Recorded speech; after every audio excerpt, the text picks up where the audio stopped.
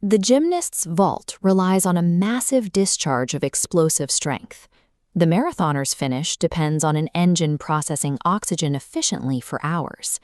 These contrasting feats are the precision outputs of a biological system, where specific muscle fibers and energy pathways have been refined through years of calculated training. Because this training is so specialized, coaches must begin with a foundation that is physically capable of the transformation. They need the right raw biological material from day one.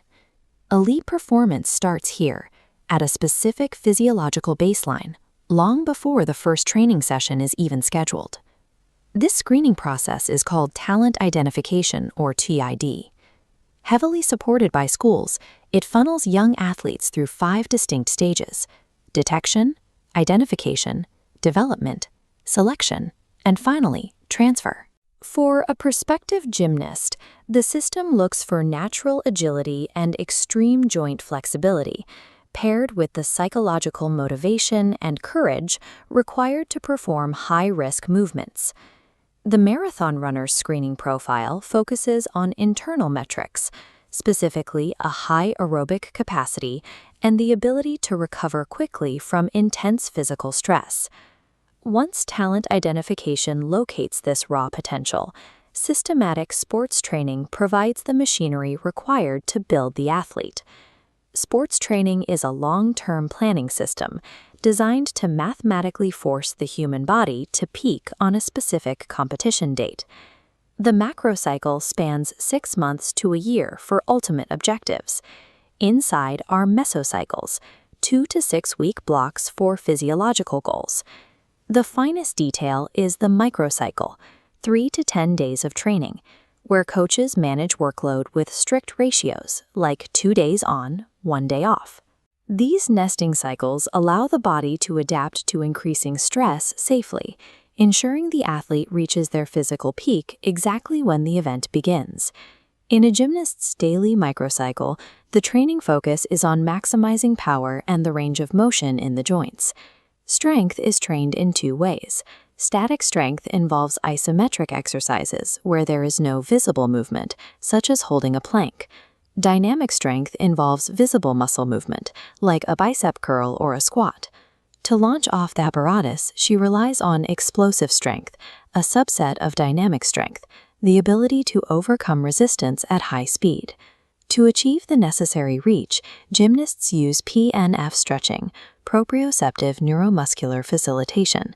This method involves a specific sequence, contracting the muscle, relaxing it, and then immediately stretching it further. She then uses coordinative abilities to link these traits together. Orientation allows her to adjust her body position in midair, while balance ensures she remains steady upon landing. By combining explosive strength with active flexibility and coordination, the gymnast can execute these complex movements while minimizing the risk of injury. The marathoner's training structure is built for a different goal: resisting fatigue over a long duration. They develop baseline endurance using the continuous method. This involves running at a low to moderate intensity without any rest, maintaining a heart rate between 140 and 160 beats per minute. To challenge the cardiovascular system, they use the Fartlek method, or speed play, shifting speeds while navigating natural terrain like hills or uneven roads. Speed endurance is developed through pace runs. These sessions train the athlete to maintain a fixed speed over long distances, even when the muscles are experiencing severe fatigue. Every element of this microcycle is designed to build a cardiovascular system capable of sustained high-intensity output. Returning to those peak performances, the underlying scientific components are now visible. The gymnast's landing is a display of coupling ability and balance, powered by the explosive strength and dynamic flexibility developed in her previous cycles.